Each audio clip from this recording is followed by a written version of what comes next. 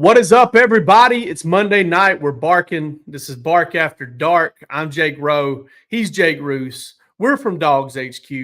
And disclaimer right off the top, this is a deeply unserious show. We will talk a little college football tonight, probably a lot of college football tonight. And we're going to talk some Georgia. We'll talk Georgia, Alabama. We've got a lot of stuff to talk about. But this is not your show for analysis, gambling, intel, things of that. Go somewhere else if you're looking for that. Intel is lacking sorely in this show, in any stretch of the imagination. Not very intelligent people hosting, not very intelligent comments to come. But we do have a lot of fun and we do laugh a lot. So we do laugh a lot. And listen, man, we're coming off a bye week, and I don't know, Jake, the bye weeks for me, I enjoy the lead up to a game. I really do. Like, I enjoy the lead up to a game and all of that stuff. It's really fun, especially like a big game, especially once you get into conference play.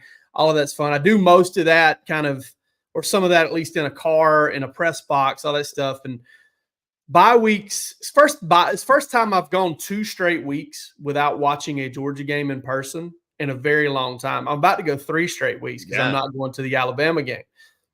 So really separated here. And I just started thinking about bye weeks and how they're a little bit bittersweet. Like, it's nice not to have the stress, and we talked about it last week, of pissed off fans and, kind of trying to bring things back into perspective. They'll say you're sunshine pumping. I'm merely just talking kind of in reality here for you, buddy. Like, I'm not broken up about it, really. I'm upset for you. And that's kind of how we feel about it. And so you're not dealing with that, but you're also not getting any excitement out of it, which I guess is, kind of odd, especially early this season. Yeah, it's weird. That's just how I felt about it. It felt strange. Like, did this happen this didn't happen last year, did it? No, he didn't do it too bad. This is the first 2 bye weeks, right? I'm used to, it's funny that you mentioned that. It just kind of hit me. I'm used to having my bye week when it's pumpkin patch time. Right. Like I'm used to listen, bye weeks are for corn mazes, bro. Yeah. It's not normally this hot on a bye week. Yeah, it's true. Yeah, so like that's what I thought, and I was just I kind of felt through that all week. I guess I could have Googled and asked that, but I was like, this doesn't feel right. We're talking about we got 2 bye weeks, and this is one of it really has messed with my brain. And what sucks, Jake, is like there's like a confluence of things, and I'm not one of these people who's like, oh, the sport's being ruined. But like, there's a lot of change happening, and I fear change. These conference matchups and trying to track, my God, who's playing who and when that's happening, and suddenly you've got USC and Michigan playing, but it's a Big Ten game, and that's a thing now, and like my brain is fried trying to keep up with these changes. I saw the NFL thing yesterday with the onside kick. They changed the onside kick rule as well. You got to declare it's an onside kick. It has to be in the 4th quarter. You got to be down. Like, there's insane stuff happening, man. It's too much at once. I'm really glad you used the term fried, because we're talking about a chicken or egg thing here. Was your brain fried before this, or did this fry your brain? They're just pouring a little extra gravy on top. Yeah, at this point. That's all. That's all. We had to. I mean, my head feels like an egg that's been in a stainless steel pan with no oil, like just scrape it off, yolk falling out everywhere. It's disgusting. It's terrible. This stainless steel pan will never be the same again. No, I'm with. There are a lot of changes. I kind of dig them, to be honest with you. I will say this, like I don't hate it. I don't hate it. It's just hard to wrap my head around all of it happening at one time. Do you ever do things and you're kind of proud of yourself? Like they're not really strengths of yours. Like I'm over analytical. All right. Big time. Like I overthink things all the time. Right. I've talked myself out of some really good opportunities and some things like that. And I've said yes to some too. I'm not sitting here saying that I'm my own worst enemy or anything, but I'm an over analytical person. And I'm really proud of myself with the changes in the sport that I love and follow most closely. The sports I love and follow most closely, baseball being one of them, pitch clock, DH, all that stuff too. I don't know, man.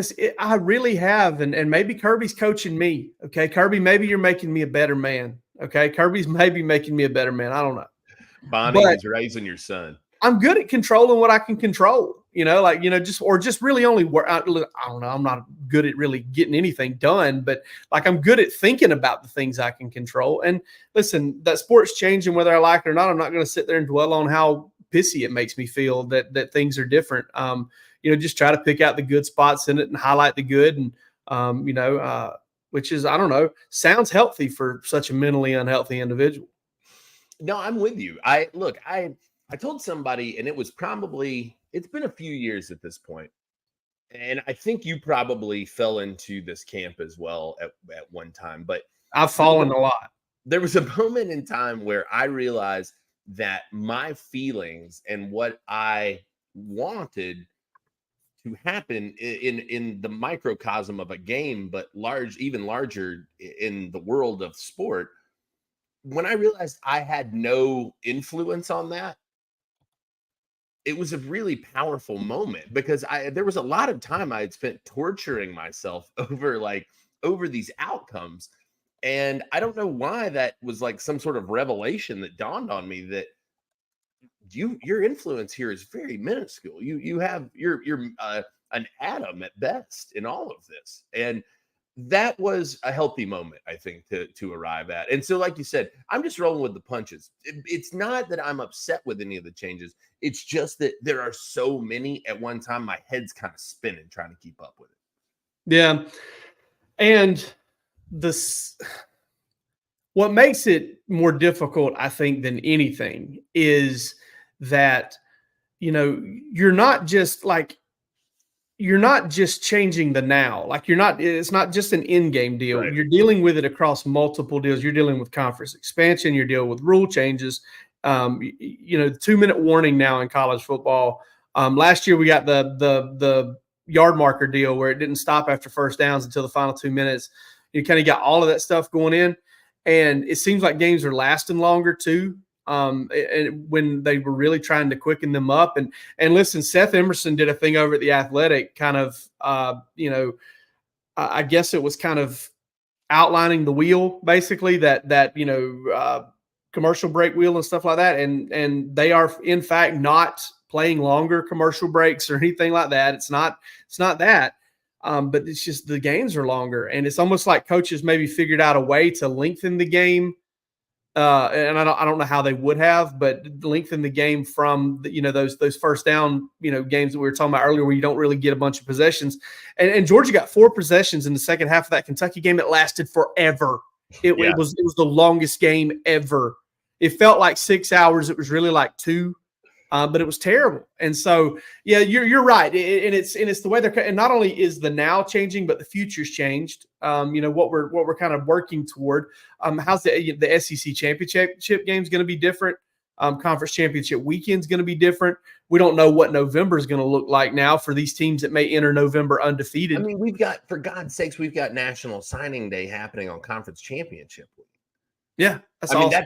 Oh my God, what are we doing? Like what? Who thought that was a good idea? Most of this stuff I'm willing to roll with the punches on. That is insane. We need to bring Rusty on and let y'all fight over that, because I think Rusty was a fan of that. I think that's objectively insane. I think that is absolutely wild, man. I think that there is so much that changes as a result after that. I mean, after Conference Championship week, even now with the playoff and all this, man, we're going to have wholesale change stuff coming. I mean, it's like DeBoer leaving to come to Alabama from Washington. You had to go through the whole thing to know that was coming. From the world of recruiting, I mean, you're talking about accelerating things by, that's a whole month that kids, or well, at least 2 weeks, right? Compared to what they've been. So I assume that the calendar, the recruiting calendar is going to go, you go dead at midnight on that Monday morning. I would think so. Yeah. So, I mean, you kind of put everybody. Otherwise, you're trying to prepare for conference championship and secure. I'm kind of digging that a little bit, because now everybody's dealing with trying to maybe get a guy on campus for Thanksgiving weekend. Like, I mean, how hard is that?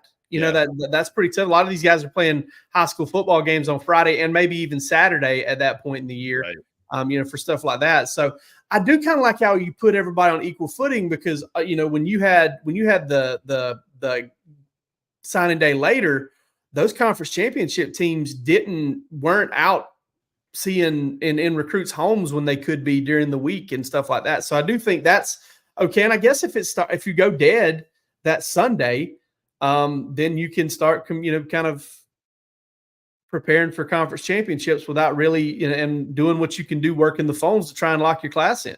Well, I mean, look, I'm not accusing anybody of anything, but I think you and I both know that dead is a relative term, and it has been a much more relative term as things continue on in the world. I mean, dead, sure, you can't talk to the kid, but the kid. No, I'm not talking about talking. I'm talking about having them on campus or being able to visit them. Sure. Like nobody can get in front of a kid at that point. Yeah, a rule that gets adhered to really well, seems like. Right, sure, absolutely. I mean, dead's, like I said, dead's a relative term, and it has been getting progressively less dead, if you will, over time. But I don't know, man. It's weird. The changes are. I'm not upset with any of it. I don't think any of it's bad necessarily. It's not ruining the sport for me or my enjoyment. I think it's still fun to watch. I'm not anti-NIL. I think that that's a fine part of it. I don't think that's changed anything. Honestly, if anything, I think that NIL probably has made things funnier to me, because I think that we've seen places that have really adopted it heavily where it's just kind of like exploded in their face like the cartoon tailpipe. I mean, it's like it's not working out. It's just not working out for the teams that are trying to do this way. And but it's funny to watch people try, and I like that. But I don't know. I'm interested though. You mentioned you didn't go to Lexington. You're not going to Tuscaloosa. What's going on in Jake Rowe world here, man? What we're talking about wholesale changes here. You've kind of taken a little bit of a step back on the travel. Not that I blame you. I don't travel. Listen, man, what it boils down to is when you co-own a site and co-publish a site and you're senior editor of the site, the days of being a beat reporter are over. I hate it. I love going to the games and doing all that, but man, we've got partnerships and we've got just different responsibilities that go on, and it's just much easier if I'm not sitting in game day traffic or walking 20 minutes to a stadium or trying to find a press box or it's just those times. There's a lot of time on game day that the beat reporter kind of has to take himself out of pocket, and I feel like Palmer has the ability. Palmer is a phenomenal beat reporter, one of the best I've ever been around, just in terms of like catching the news, chasing the news, getting the news up. Bird dog, dude. He is a German short-haired pointer, and just ducks are flying everywhere. He's like old school duck hunt, Mario and Duck Hunt. And he's awesome at that. He does such a great job, and I think being at home, and I'll be going to Texas and Florida, doing all the home games. I don't think I'll miss a game. This coming weekend is a little different. We've got a partnership that we're going to be announcing later on this week. Hopefully we'll be announcing, trying to get some things worked out. We've got a pretty substantial partnership that we're really excited about that we're going to be announcing later this week. And, just kind of first big, kind of game day partnership. We want to make sure we got that taken care of. My wife is actually in a wedding at a wedding in Colorado with her side of the family, and somebody's got to be home with the kids, somebody's got to be dad. So I'll be doing that Wednesday through Sunday until she gets back. We'll try to hold it together. You just send them to the dog sitter like you did your dog last week. Yeah. So you just hey, we prepaid for this childcare. We should go ahead and use that. So yeah, I can just see myself running back to the car and the lady coming out to see my kids, and they were like, "Wait a minute, these kids!" And I'm like, "Yeah, feed the big one. She's hungry."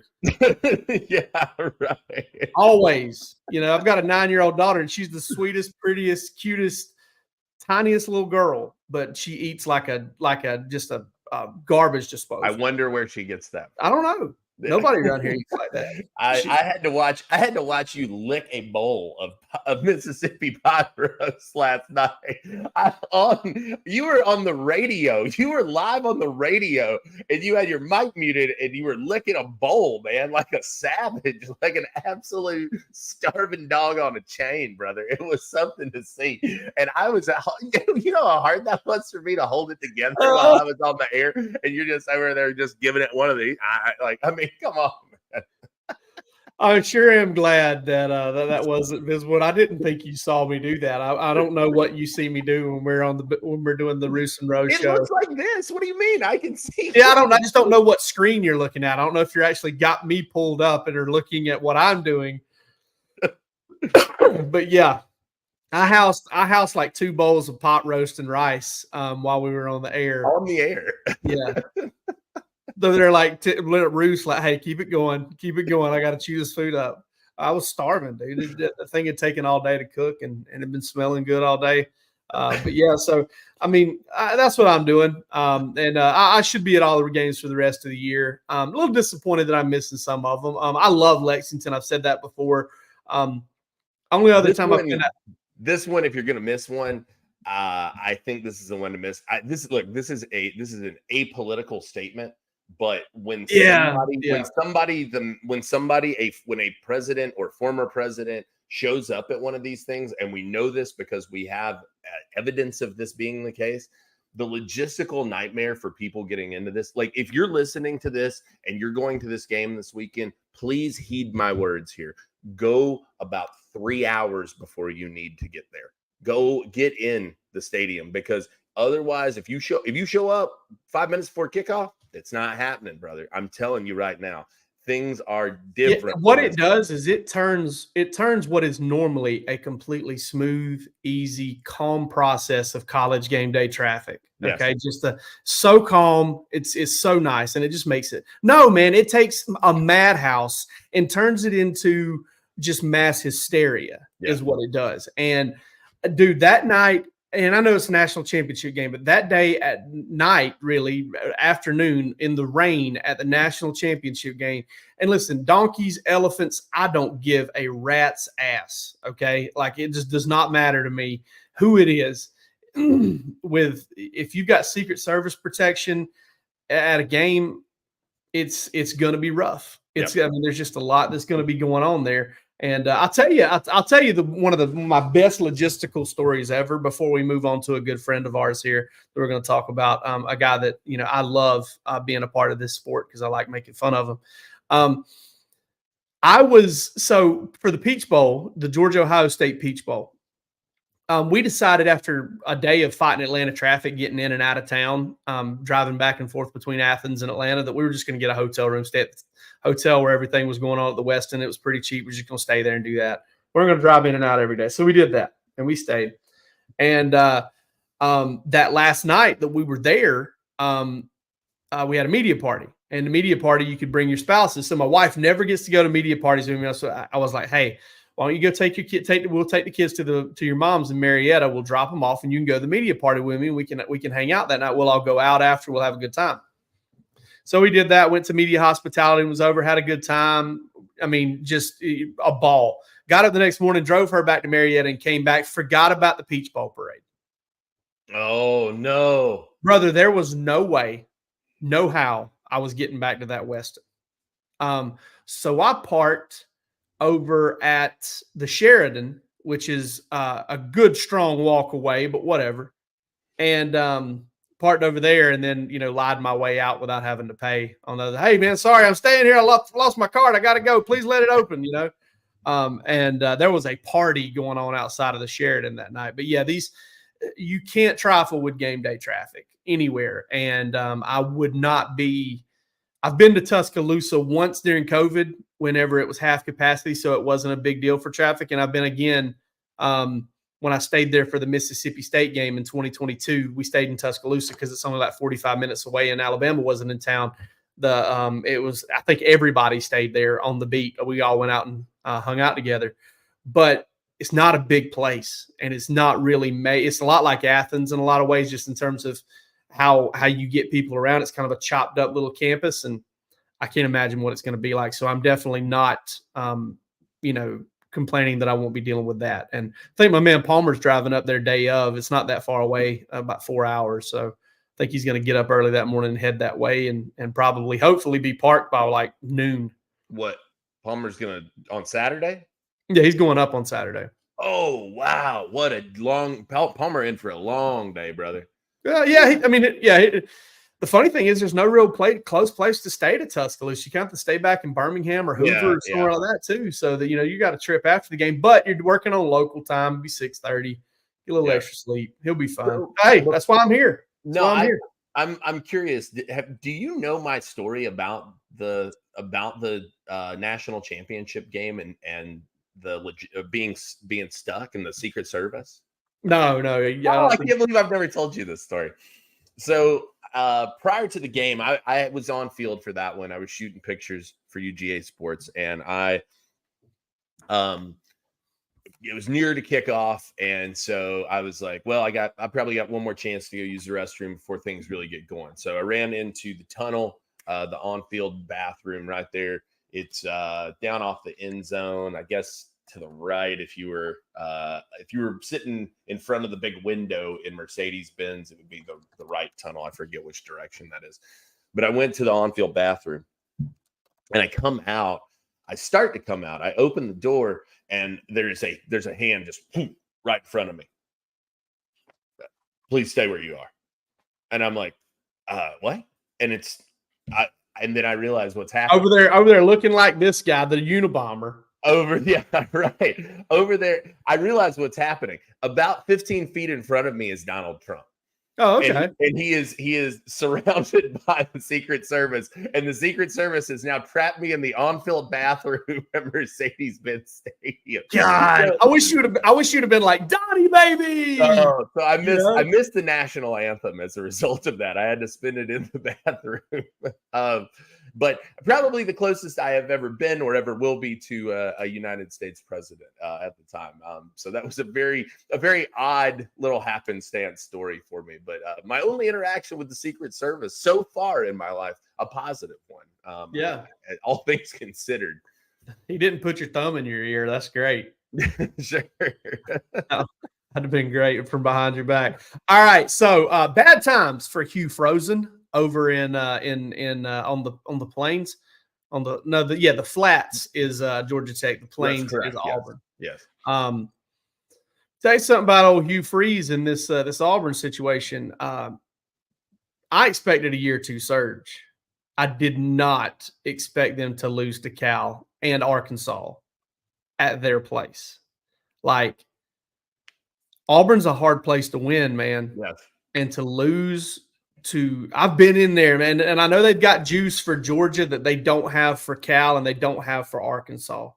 But you've got year two of a coach that, hey, listen, man, I understand that a lot of fans are this way, but Auburn is a special breed of fan that will buy into whoever eventually, or they will buy into whoever if they're one of us. And Hugh Freeze is kind of what he's a Southerner. He's whatever. He's also a scumbag, but whatever. And this shouldn't be happening right now. They lost to two teams I feel like they were inferior to them talent wise. In my opinion. Absolutely. I mean, and the thing about it is, a big part of this is Hugh Freeze is supposed to be this offensive whisperer, right? And he doesn't have the main thing that you need, which is the quarterback. He has not found one yet. He's got the receivers, Perry Thompson, Cam Coleman. Those dudes are bad, man. I mean, they could have played anywhere in the country. He got them, and it's looking like he's got a pretty decent class rolling this time. You got to get that Deuce Knight kid. You've got to go find a quarterback for these kids, because you're going to have people start looking for lifeboats. But here's what you've done. Here's what you've done by failing in year two. Okay. Here's what you've done if they don't get it on track quick, but here's what you've done. You've put yourself in a position where you're going to have to either rely on Deuce Knight or you're going to have to go to the portal again, right? Well, 1 year portal kids are not easy to come by.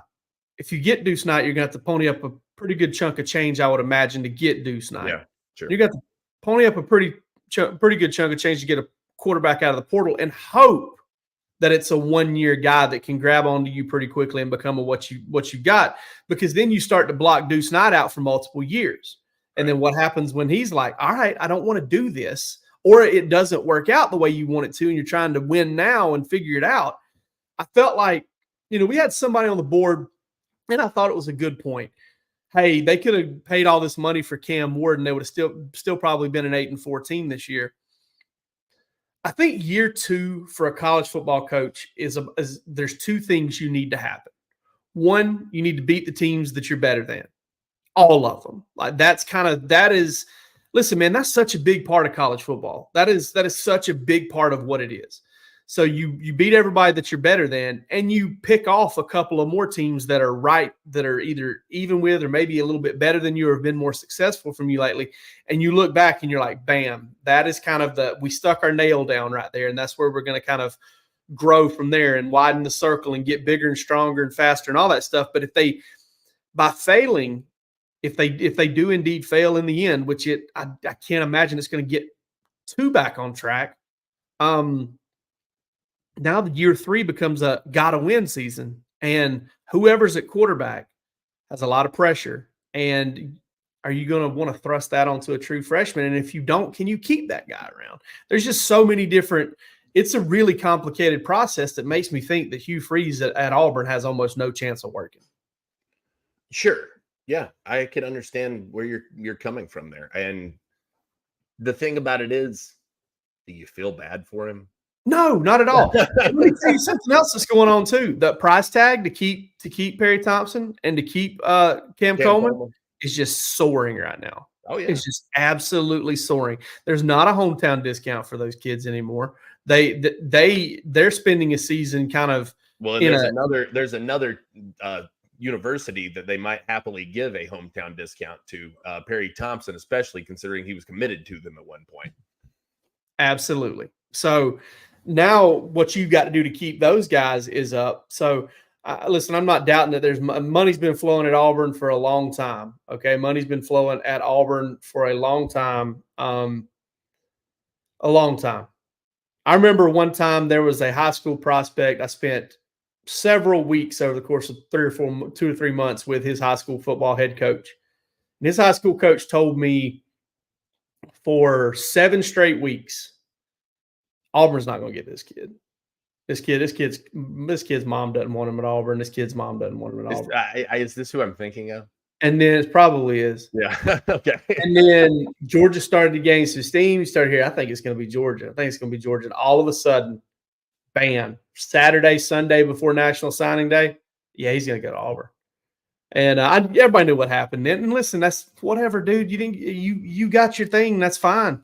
You didn't win nothing at Auburn, but whatever. I mean, Auburn, these schools have been paying people. I mean, I think that a lot of what we don't know about the collectives, I think we got a lot of coaches out there that had their little networks of being able to pay players before it all came in. And a lot of them are operating off that, kind of like, hey, old boy comes in and he wants 10,000 more a month than he's been getting. All right, let me go talk to this guy I used to get a guy paid with back in 2014. Stuff like that. So, but that the price tag to keep what they've got and what they want to keep is just soaring, and they got to figure out quarterback.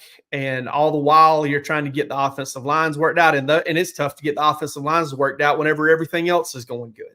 Sure. So I don't feel bad for Hugh Freeze, and I don't think it's going to work for him at Auburn, man. I think Hugh Freeze is an absolute scumbag. I'm not sad about it at all. I have several friends who went to Auburn. I don't necessarily Auburn is pretty low down the list of schools that I think of when I think of Georgia hatred, right?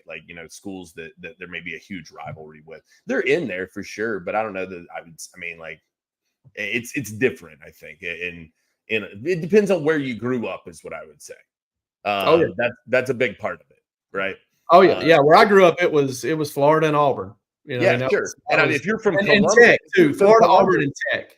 If you're from Columbus, you probably hate Auburn more than the fire of 1,000 suns. But if I look back on growing up as a Georgia fan, I'll tell you what, man, I got to give Mike Rose some credit. He instilled, back in my fan days, whenever that was a part of who I was. I mean, I hated them all pretty good, dude. I didn't really like any of them. I appreciate my dad for breeding hate into me. Yeah. We rooted against all of them, dude. We rooted against I remember you'd go do something, there'd be a game on and Florida would be playing like Florida State or something, right around Thanksgiving. You'd be with family. and they'd be like, "Man, I want the Gators to win. It just looks better. It looks better on the Dogs if the SEC's good." And I'm like, "To hell with that." Yeah, sure. Absolutely not. Well, and look, I grew up on the Tennessee line, and so when I went to Athens, I was like, everybody was like, "Yeah, Florida sucks, whatever," and I was like, "Yeah, but like Tennessee too, right?" And they were like, "I guess." And no one cared about it as much as I did, or me and my friends, because they didn't grow up around those people, so you didn't have that same level of stuff going on. And that's probably what it is for me in Auburn. And I know people who went there. I've been to Auburn. It's not somewhere that I ever care to go back to. It's not a great town. We road tripped in and out of there one day back in that absolutely 2018, 2019. Yeah. I think we stopped and got some Guthrie's, didn't we? I can't remember. But it's not somewhere I care to visit. I've been there a few times. It's okay. It's whatever. I don't. But Hugh Freeze, I have a much larger problem with than the university than Auburn University, because I do, like I said, I just think he's a bad guy. I don't think he's deserving of the chances he gets. And I think that if it's falling apart, good on him. As the king of pop, Michael Jackson said, I believe it was him, "You are not alone." That was Michael Jackson. Yeah, that was "You are not alone." All right, Georgia versus Alabama. Man, you got to laugh at this rivalry, because I'm going to go ahead and lay something out there. It's not rivalry. Huh? I said rivalry. It's become a thing, right? Yeah, a little mini rivalry we've got here. Man, there's always a what the moment. And I know we can say that on Bark. It just doesn't feel right. Just, I don't know, just coming out and saying it like that. But I'll keep it clean. It's just so many WTF, FFS, just moments. A lot of people bag on Jake Fromm from that 2017 game when he threw a pass into a defensive lineman that popped up in the air and they picked it off. Man, if you go back and you watch that game from a sky cam, Jake Fromm's got a wide open check down to a guy who's going to be able to turn and get upfield. And if he makes a man miss, probably get 15, 20 yards. And a D lineman flashes in front of him from his right as he's about to throw the ball. And he hits him in the helmet. I mean, just one of those, just things happen in perfect timing. You get missed face masks and balls hitting the ground on fourth down. You get horse collar tackles when you drag a guy down from the side. There's officiating stuff. There's weird bounces. It is unbelievable. You get guys falling down in coverage right as they're you get Mikey Henderson back in the day, man. I mean, you go back to Mikey Henderson in that game. That was a great one. I mean, yeah, no, it is. It's a weird, and it almost always goes against Georgia. I mean, hey, look at the national championship game in the Stetson fumble. Okay, let's say I've always wondered whether that was truly a fumble or not, but let's just say it is. It was ruled one, whatever. That guy who recovered that football, I think it was Harris, the linebacker, got it in one hand with a toe barely in bounds, and he wasn't even trying to recover that. He had given up on the play and was just grabbing it casually as he went out of bounds, and barely by the hair on a gnat's ass got in bounds for that. And you're just like, what just happened? Yeah. There's so many of those plays in this game, and I don't know, man, you're going to see some more in Tuscaloosa. You got to laugh at them, I guess. It doesn't seem like those really go. I can't really think of anything of those that have really gone into Georgia's favor in this match. I mean, the injuries, obviously, the John Mechie and the Jameson Williams injuries were massive breaks for Georgia. But just in terms of the game kind of swinging Georgia's way with a break, it doesn't seem like they get very many of them. No. Alabama almost never turns it over. Sure. It's like Chris Farley in Black Sheep with "Never move your back row." Yeah, sure. Just give us the ball back one time. Give us some help. We've helped you so much. Yeah, absolutely. No, I'm with you, man. When was the last time? Was it COVID that they played in Tuscaloosa? Yeah. Okay, that's okay. And then, God, before that, was What Mikey had he Henderson. been? Was it Mikey Henderson It before was that? Mikey Henderson. That was 08. Yeah, 07. Yeah. Wow, that is insane, man. Yeah, because Georgia got to host them back to back. So starting in 07 was Saban's. That's right. They came in 15, and then what were they there? When was the next one? Blackout 08. You're So it was right. That's 07, they right. came from Blackout in 08. And Blackout in 08 kind of started their run against Georgia, basically. Georgia had a good little run against them before that. That to me is I always think of that game as the beginning of not only the run against Georgia, but just the run. The beginning, like that was to me the game where everything turned for Alabama, and it suddenly became. It really started turning for them in the first game that year because they beat the shit out of Clemson, and just physically dominated them. And I think everybody kind of became like, "Oh man, Alabama's got something going here." Right. But then you thought, well, Georgia was going to be the team standing in the way. They were kind of ranked number 1 in the country. They had looked a little lackluster through those first few games, but they had. Wasn't that didn't they play Central Michigan? Arizona State the week before. That's right. That's right. No Sean jumped over the guy. Mm-hmm. Yeah, it was Arizona State the week before that. Yeah. I think they had played Central Michigan the week before Arizona State. Yeah. Or something like that. I know they started the season against Georgia Southern in the hottest game in Sanford Stadium history. I remember that game. It was super hot that day. Yeah, that one was brutal. I remember that Central Michigan. It's so stupid, but they had Dan Lefevre at quarterback. Yeah, and I remember for like 3 weeks, Nick just walked around and he was like, "I got a Lefevre, and the only cure is more touchdowns."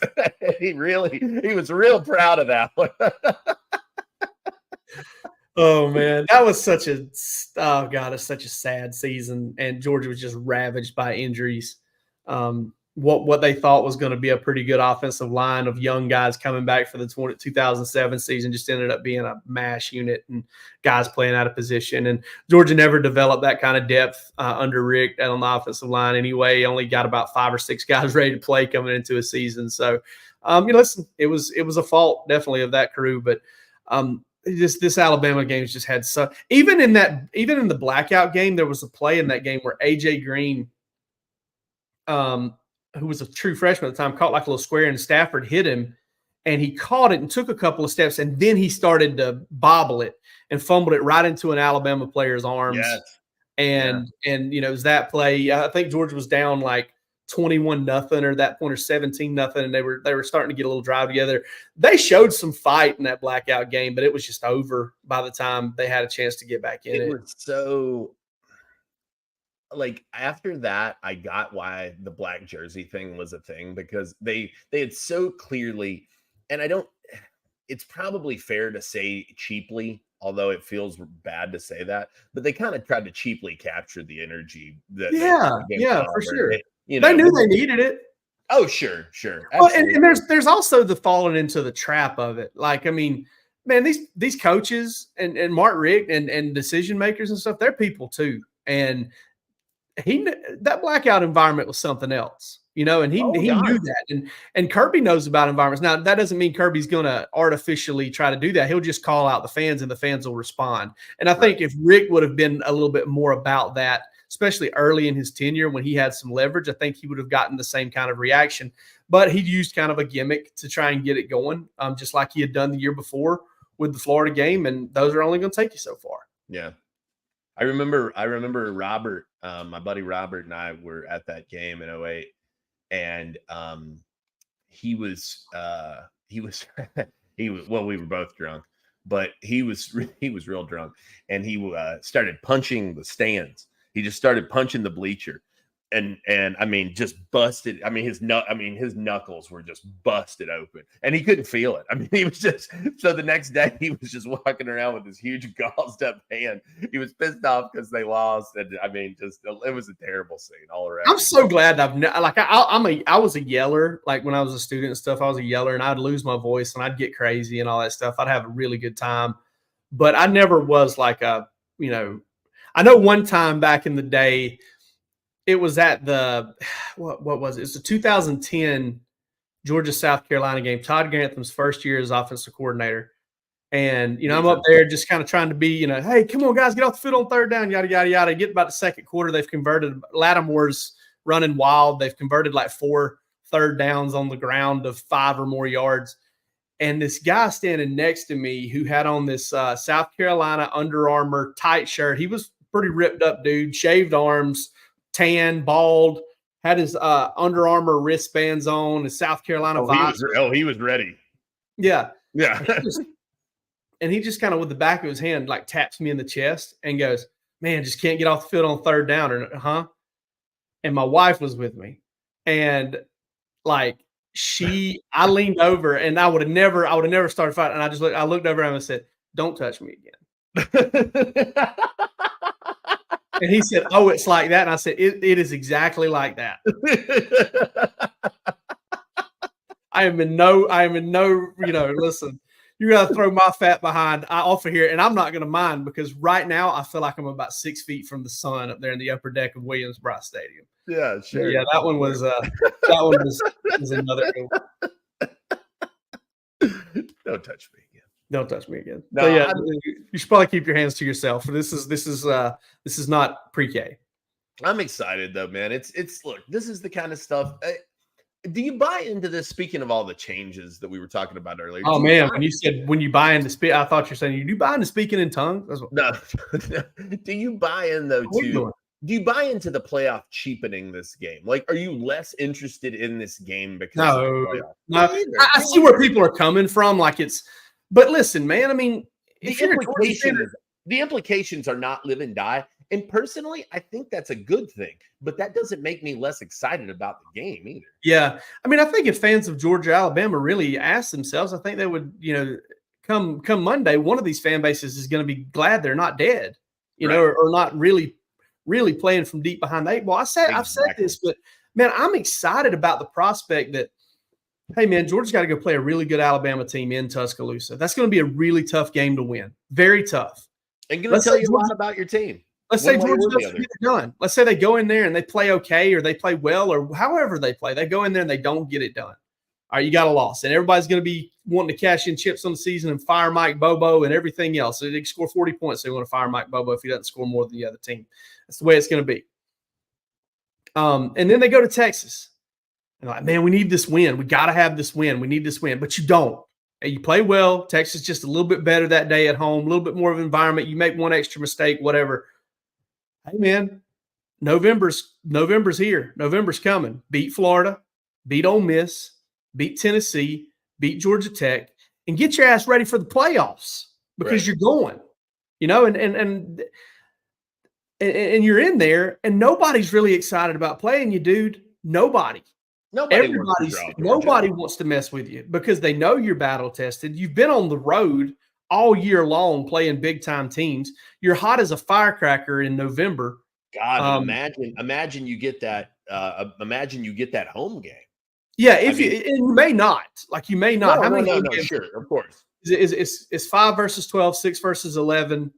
Yeah. 5, 12, 6, 11, 7, 10, 8, 9. I guess there's a good chance Georgia gets in somewhere between 5 and 9. Yeah. I tell you what, I saw our guys over Andy Staples and Ari Wasserman did a thing, and they had Georgia as the 5th seed,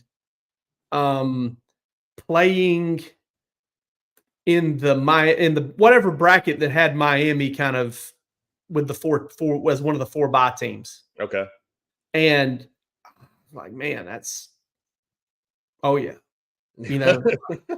sure. If you're Georgia, play a home game. Let's say you get to play a 12 inside of Sanford Stadium. Then you get Miami for a chance to. Play in the in the semifinal there. That's pretty slick right there, man. Anybody can say what they want about this cheapening things up. All right, it's fine. Feel how you feel. I got no hard feelings about that. But what I will say is this.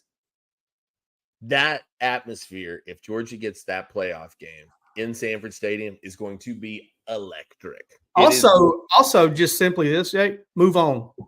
Sure. It has changed. Nothing. I don't care how bad you want it. It's not going back. Just move on. Sure. Move on, and let's talk about the good things that are a part of it, because you can sit there and make yourself miserable over what it used to be. Honestly, I'm kind of glad that And I said this on our board, man. I'm kind of glad that we're not sitting here in the preseason or early in the season thinking, you know what, I think so-and-so's got a better chance to play for the national title because they've got a weak schedule. That's, Sure. you know, you say that and you're kind of like, okay, well, I don't like the sound of that. Like some folks say, well, I don't want to lose to Alabama and Texas in the regular season and then maybe have to beat one of them and then, you know, get a win over them playoff. It won't feel right. You know what else doesn't feel right to me is playing 4 patsies and getting a weak SEC schedule and kind of just breezing through it. Sure. That's, you know, that's not, I don't know. That's not as appealing to me either. In the words of Macho Man Randy Savage, you may not like it, but accept it. Hey, dude, I got my kids into Macho Man Randy Savage. I started walking around talking like, can you dig it? My kids are like, what are you doing? And I showed them some videos and they're like, oh my God, he's crazy. Yeah. You got to do the hand. The hand is a big part of it. I don't know what. Yeah. Cream of the crop. Yeah. Cream of the crop. All right, let's shake off. We were already doing that to some degree, I think.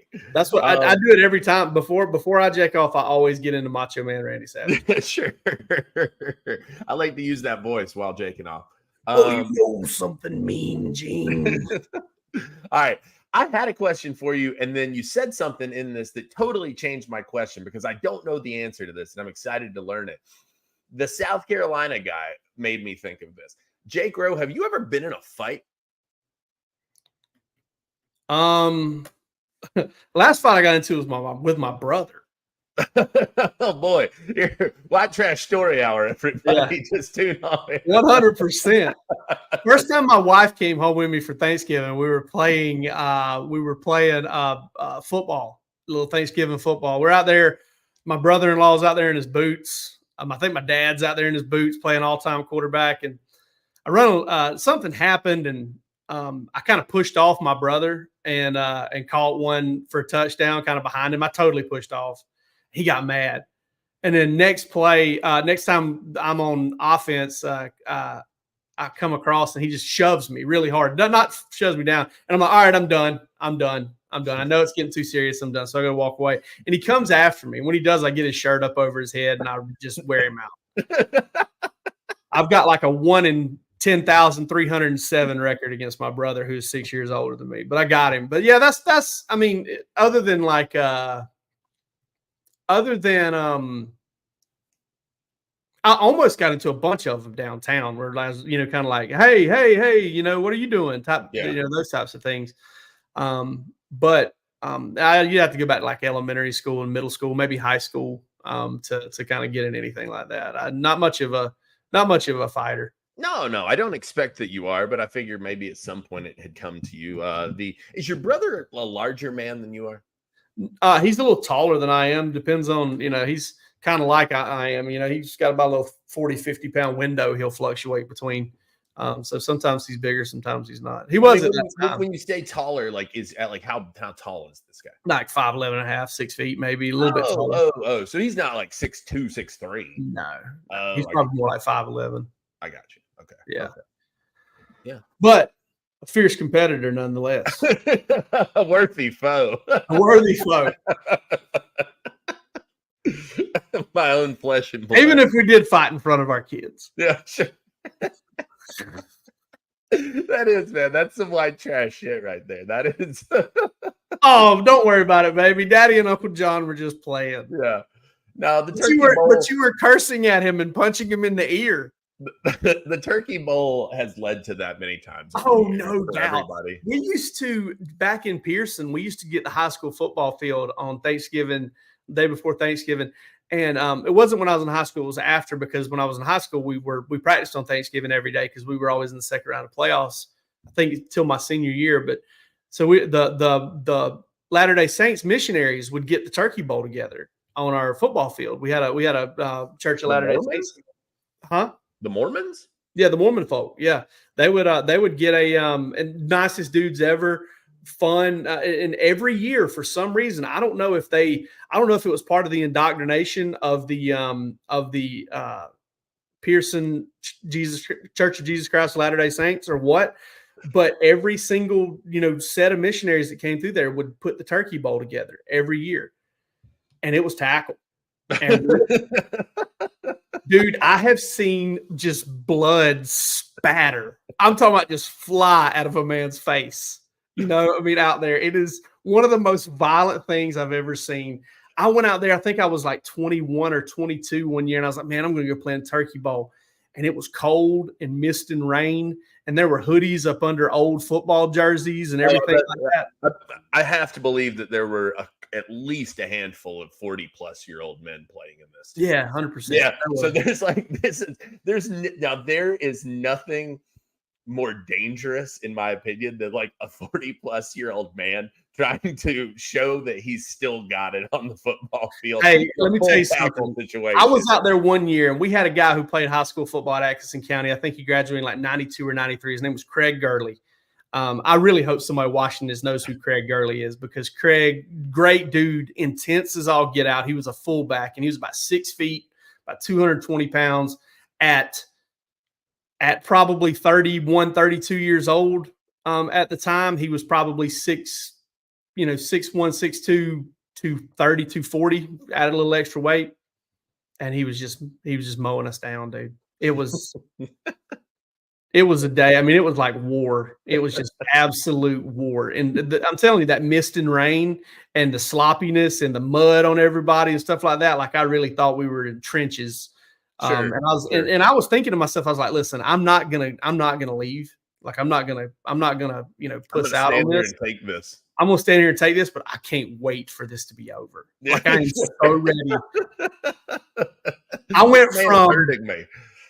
I went from like, hey, let me get a chance to play some quarterback, or hey, let me run it a couple times, to, hey, I'm gonna play split end out here outside the numbers, and and if I'm open, get the ball to me, and I'm gonna get out of bounds, because I couldn't make myself. And this was 21, 22 years old. I was like, guys, I can't. Y'all are gonna hurt each other. Like, y'all are gonna be able to do stuff later on. Like, I mean, this is crazy. But yeah, it's pretty wild, man. We love Turkey Bowl in Pearson. I think they had to stop doing it because a missionary ended up like getting a compound fracture.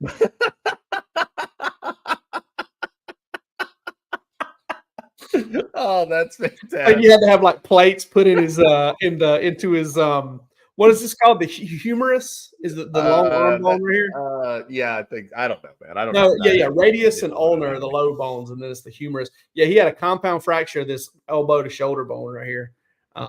Pretty nasty. Good Lord. All right. So looking at, we got October coming. Where does Halloween, where does fall festival, where does this whole pumpkin spice movement rank in your favorite times of the year, Jay Gruce? I'm not with a lot of that, to be honest with you. There's a lot of that I do not care for. I'm not a pumpkin patch person. Part of this stems from the fact that I am corn maze guy, though. Corn maze guy. I do enjoy a corn maze. Corn mazes are fun. Objectively a fun thing to do. But I don't enjoy some of it because of where I grew up, which is like, fall it brings the leaf lookers here, and we're the start of the mountains, and so that we get the beautiful colors, and it's a very beautiful time of the year, but it gnarls up traffic and it brings people who don't know how to drive, and it's tough to deal with sometimes. But I will say this: fall is my favorite season, and it has nothing to do with any of the things you just listed. It's for the weather. Fall weather is my favorite weather, far and above all weather, because I like long sleeves and shorts. That's an ideal outfit for me. I like it for it to be just cool enough, but not cold, right? And it's very crisp. You don't get that as much in the spring. It's a little warmer in the spring. So I do love the fall weather. That's why I'm a big fall guy. Also, too, there's something about it, man. The leaves changing, knowing that, you're not to the holidays yet. And I don't like the holidays. I'm a real Grinch when it comes to that stuff. So you're not there yet. You don't have to deal with that. Football's on. Sports are great right now. I love it for that reason. There's a lot of I was listening to REM the other day, and I was like, this is fall music, man. Like, this is like getting me in the mood. Like, this is the right time. So big fall guy, not for any of the reasons you listed. The pumpkin spice stuff, completely overrated in my opinion. None of it does much for me. Like I said, I'm not a pumpkin patch guy. Yeah, a hayride once in a while, maybe I could handle that. Or I do love a corn maze though. That is fun. Reese's pumpkins, pretty decent. Not as good as the Reese's egg, but any of the holiday Reese's are very delicious because, and I will die on this hill, I believe that they're made fresh, and so the peanut butter is more supple and delicious in the holiday edition of the Reese's. Supple. Dark after dark. Night. I hate fall decorations, man. I don't like dressing up for Halloween. I loved it. My least favorite part of Halloween, and I hope another dad or mom out there can understand this. It drives me batshit crazy having to deal with my kids wanting candy for the 2 months after Halloween. They want it after every meal. They want it for a snack. They want it for breakfast. Dude, come on, be realistic though. I mean, this is like giving crack to people. I mean, I get it. That's one of the reasons I hate it. Like, dude, I almost want to go Jehovah's Witness just to keep my kids away from Halloween. Sure. And Easter. Like, Christ, man. Like, no, dude.